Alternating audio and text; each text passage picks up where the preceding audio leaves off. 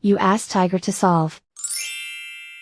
This deals with linear equations with one unknown.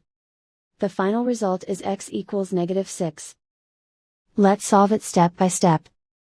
Simplify the expression. Combine like terms. Swap sides. Isolate the x. Multiply both sides by inverse fraction 3/1. Group like terms. Multiply the coefficients. Simplify the fraction. Simplify the arithmetic.